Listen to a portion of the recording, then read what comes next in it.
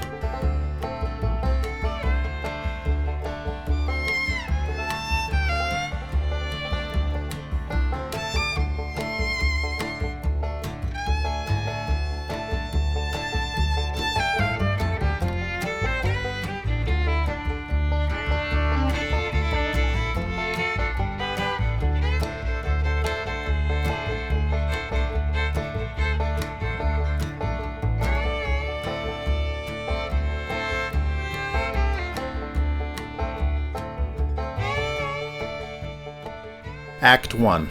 Wake and Fright. Red takes the train from Chicago to an unnamed rural western Illinois town. On the way, she's seen placing ancient Sumerian poetry books in her backpack, supposedly for school. She takes a quick jaunt from the train station near the town square across the tracks to her sister Snow's house nearby. Things feel amiss when Red reaches Snow's house only to be greeted by a young Mungo Jerry-looking fella named Doc. Doc tells Red her sister is out running errands, picking up more weed for the weekend ahead.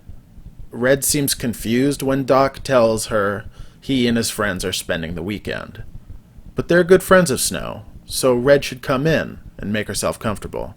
Quietly locking the door behind her, Doc introduces Red to his friends Bashful and Grumpy, in the den playing video games. Doc immediately hands Red a peck bong ready to go. She turns him down. He won't drop it until she finally gives in and takes a big ol' rip. Confused and stoned, Red is asked a series of questions about her backpack, leading to her poetry books and the thousands-years-long tradition of female-authored poetry, to which Doc hands Red another full bong. She tries to decline when he aggressively tells her to stop acting rude and hit the damn thing when she's offered, leading Red to get far too stoned far too quickly. Red asks for the bathroom, which confuses Doc, as this is her sister's home. He cautiously points her in the right direction. Locking herself inside the bathroom, Red immediately turns green and gets the spins. She vomits in the toilet and rests her sweaty head on the tile. Grumpy violently knocks on the bathroom, saying he has to piss, accusing Red of locking herself for 45 minutes. Confused, she trades words and spaces with Grumpy. In the kitchen, she digs around looking for something to drink, but only finds a bottle of vodka and a broken sink. Doc beckons Red to the den. Red asks Doc what he wants, only to have him deny having said anything. He quickly proposes more weed and a fun game of two truths and a lie. Red has no interest, but soon everybody is quickly coerced by Doc into playing, including newly returned Grumpy wielding a bottle of vodka. Bashful plays first, but doesn't quite understand the rules of the game.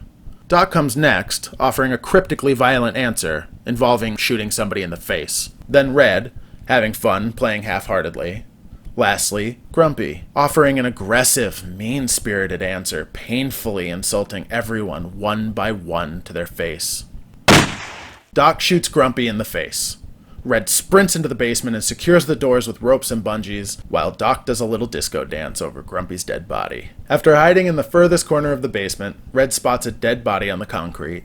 A woman with stark white hair, lifeless in a pool of her own blood. Cut to black.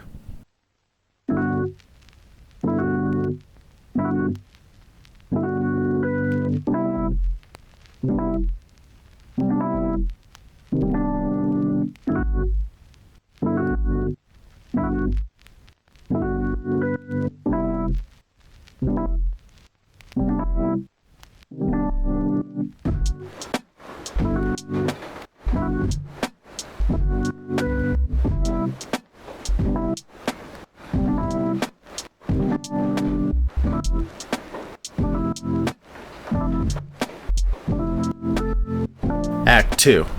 Killing them softly.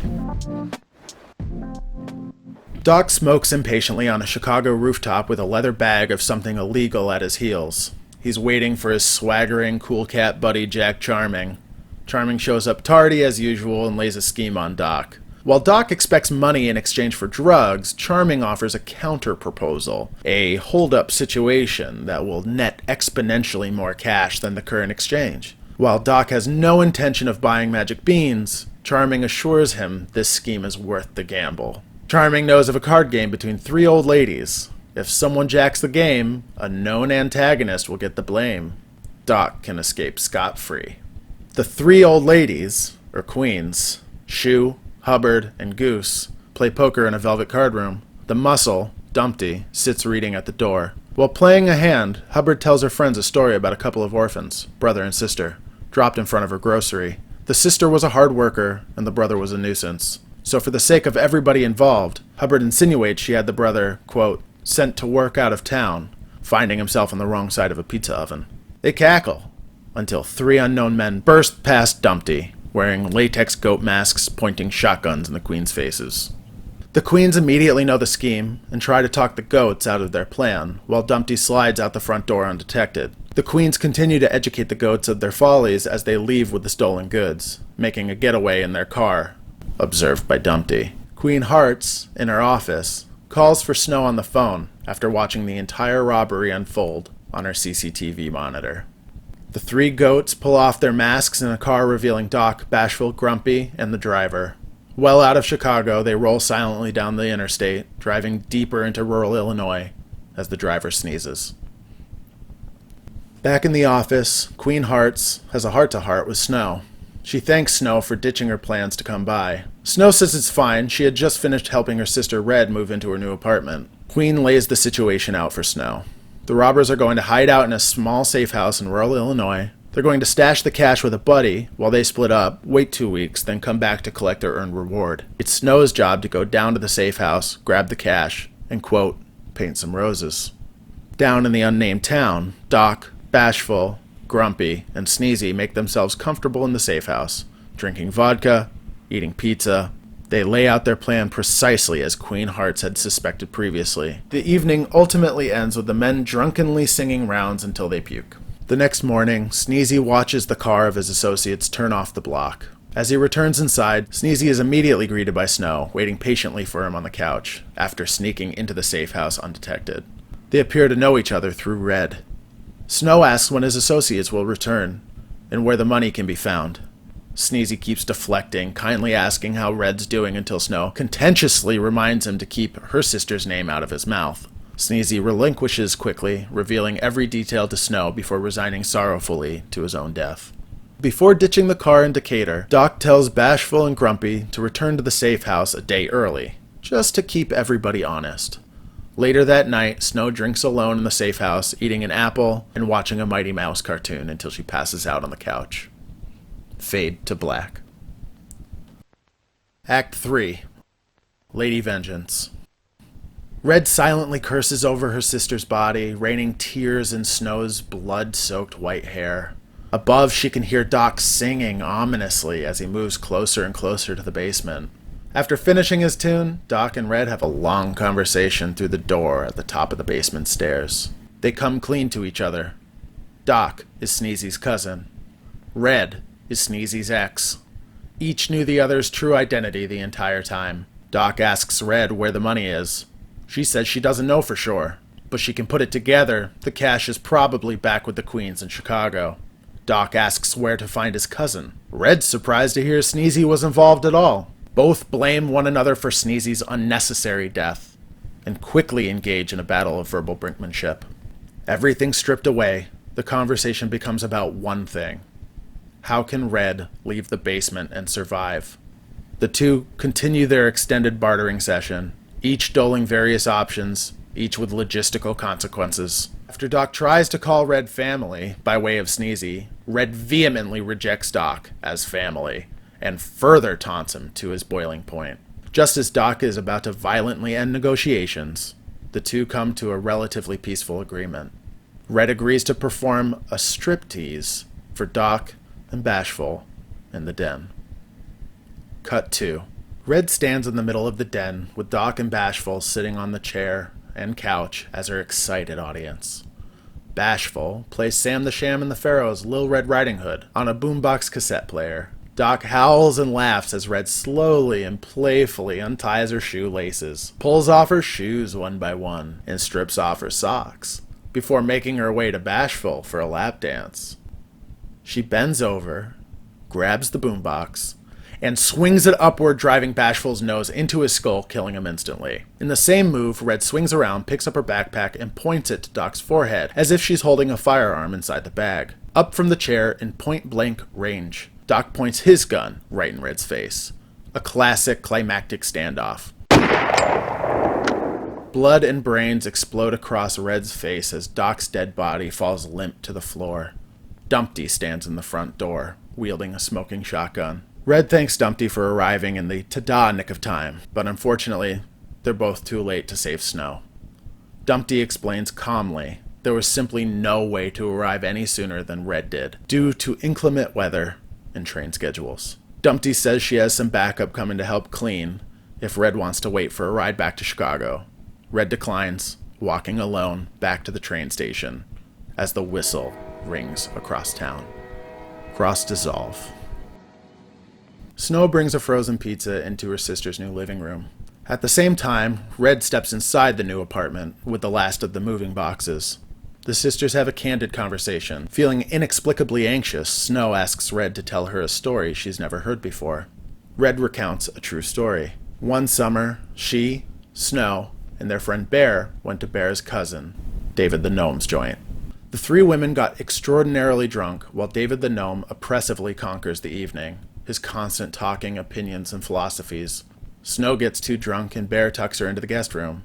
Soon, Red and Bear realize David the Gnome is nowhere to be seen. After barging into the guest room, Red and Bear see a naked David the Gnome trying to slide into bed with passed out Snow. Bear rips David from the bed and beats the life out of him before he can do any harm, then passes out herself. Snow is shocked to hear this story. Red had never let on in the past. Red continues. Waiting for the dead of morning, Red takes David the Gnome's body and throws it into his car. She drives out of the city to a rural Illinois town consisting of cornfields and train tracks. Red describes the perfect moment when the car runs out of gas right on the railroad crossing, just as the arms lower for an oncoming train. As Red runs away from the car, she locks eyes with David the Gnome in the back seat, alive, just as the train obliterates the car into a giant fireball. After taking the train back home to Chicago, Red makes breakfast for Bear and Snow, blissfully unaware, still asleep from the night before. Stunned, Snow asks Red how she could keep this to herself all this time. Red responds frankly, "It's not hard at all. You and Bear are my family, and nobody fucks with my sisters." Cut to black. The end. Thank you for joining us this week, and as always, I will see you in the future. If you liked what you saw, throw us a like. If you want to see more, sub that sub and bell that bell. If you want to share your thoughts, please comment below. We want to hear them, and we want to share ours. And don't forget to tune in Thursday nights at 9/8 Central for Film Stuffs Live, Jelly Roll Chicago's weekly video podcast where we interview independent filmmakers and chat about the movies and the ever-changing landscape of cinema. Thank you so much for tuning in, and remember, you can follow us where all fine Jelly Roll Chicagos can be found.